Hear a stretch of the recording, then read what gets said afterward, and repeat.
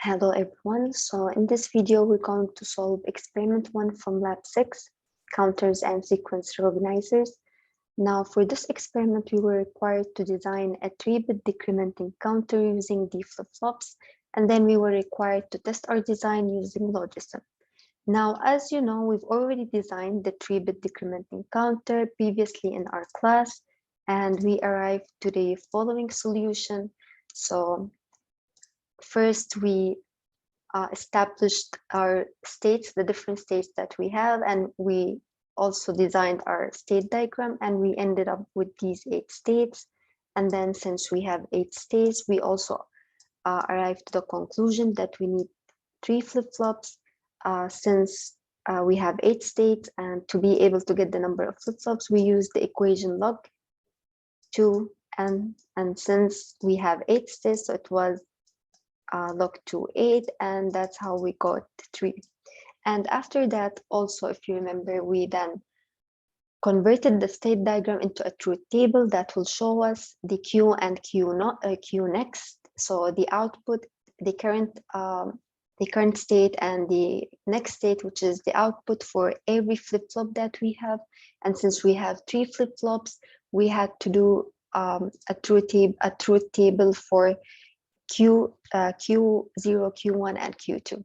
And after that, we completed the truth table with the input combination. So based on the result in Q and the value of Q next, we were able also to derive the input combinations for the first flip, for the first, second, and third flip-flop for all of them.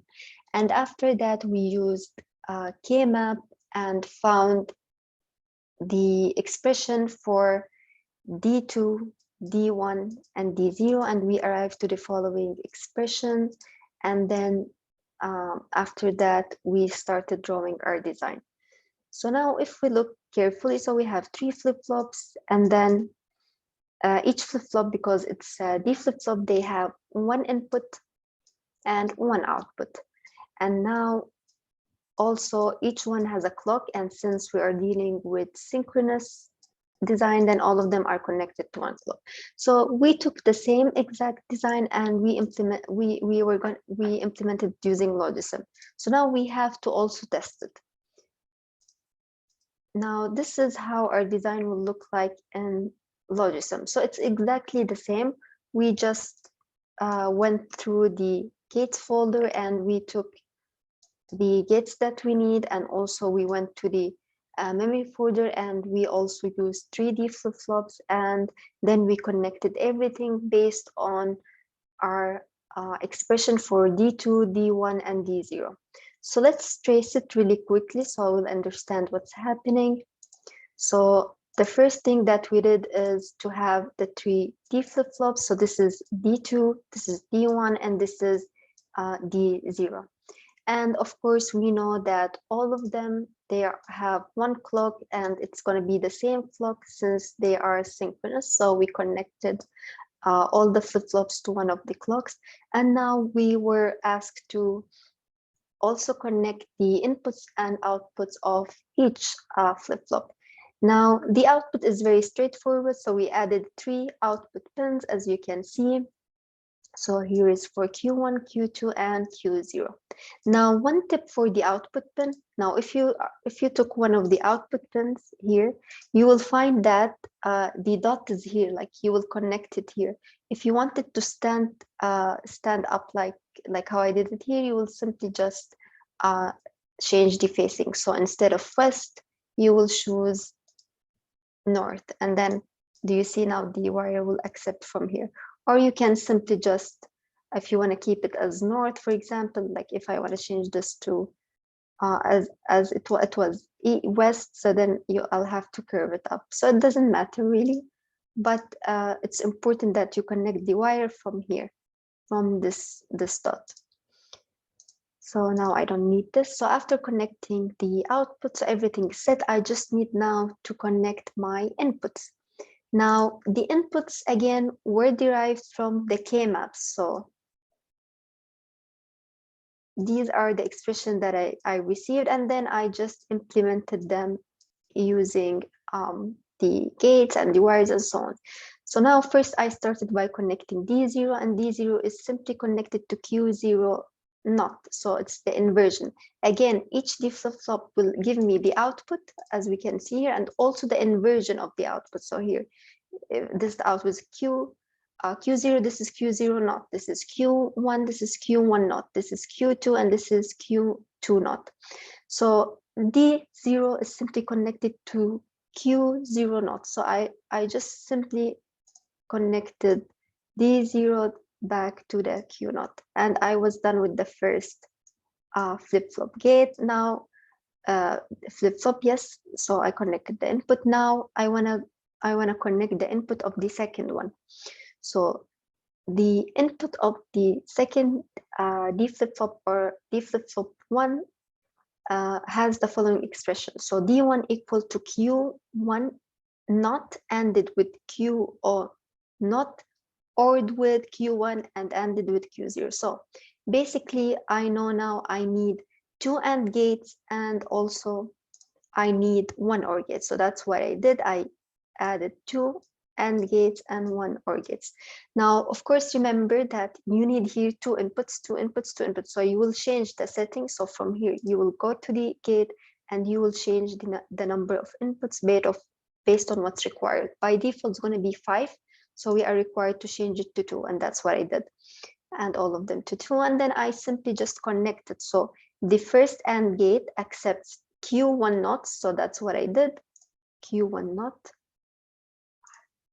And then the second second input is Q0 not, and my second AND gate has Q1, so Q1 and Q0. Finally, this one Q0, and finally the output of both of them is connected to an OR gate, and this OR gate is sent directly to the 1. And this is basically how I did it. And now finally for D2, I had to connect. So I needed AND gate with 3 inputs. So AND gate with 3 inputs, AND gate with 2 inputs, AND gate with 2 inputs, and an OR gate with 3 inputs, accepting the output of this one and of the 3 AND gates. So the 3 AND gates. And my first AND gate has Q2 not, and the second input has Q1 not, and the third one has Q O not. So this is going to Q O not from here. And then again, I did the same for the second AND gate. It's gonna take Q2, so Q2 from here, and then Q0. So it's going back from here, and then it's gonna reach Q0. And the last AND gate is taking Q2 and Q1. So after I did all this connection, I ended up with this diagram. And this is exactly the design for a 3-bit decrementing counter using D flip-flops. Now, of course, I need to test it. I need to test if my design is working fine. So the first step that I want to do, of course, is I want to go and check if my simulation is enabled.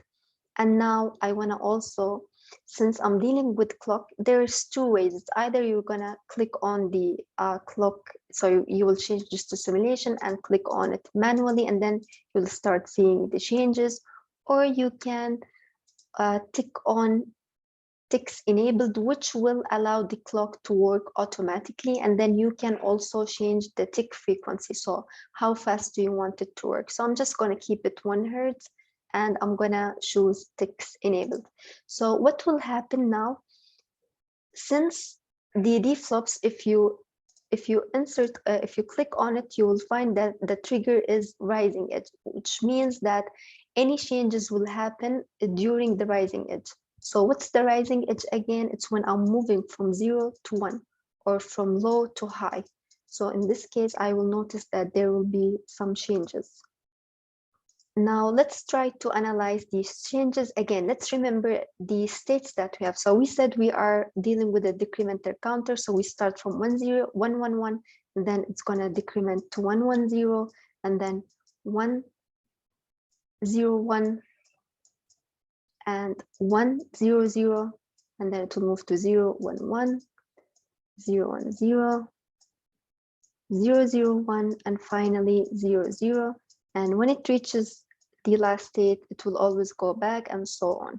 So now I just want to test if with every triggering of the clock from 0 to 1, this change will happen. So now when the clock is in the dark green, it means it's moving from, it's 0. And when it's, so this, the dark green means it's now 0, and the green, it means 1. So once it goes from 0 to 1, you will find that a change will happen here. So let's look at our output. Now my output now is 1 1 1.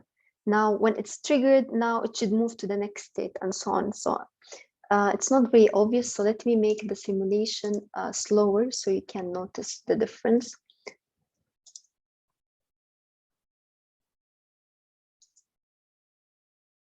So let me make it 0.25 so you can notice the difference. Now let's look at our output now. It's 0 0 1, so it's here. 0 0 1.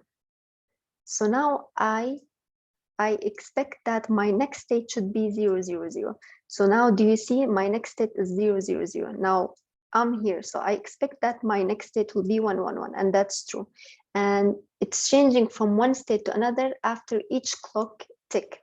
So now I'm doing it like I'm allowing the Logisim to do it for me. But if I want, I can also like close the. So if I click on this, so remove the text enabled, you will find that there will be no automatic changes. So now my state is in 101. So I'm here 101. Now I will click on the clock manually, and you will see how now I will move to the next state. So now I'm in 101. So my next state should be 100. So let's see what will happen now when I click on the clock manually. So now it's now 0. Now it will go to 1. And now my change took place. So now my output is 100, which verifies the counter because I was here and now I moved to here. So now let me also try it one more time. So now I'm here, I'm at 100, as you can see. So if I want to move to the other state now, it should take me to 011. And of course, I can only move to the other state after the clock, the clocks moves from 0 to 1. So my clock now is at 1 because it's light green. Light green means 1. So now I want to take it back to 0. So you will find that there is no change yet. Now, when I take it back to 1, you see now that there is the output changed to 011, which validates my answer. So it means that actually now it's working as a decrementing counter. So this would be the solution for experiment 1. So please try it on your own, do it on your own, and then simulate it and verify your answers, and you'll be good to go.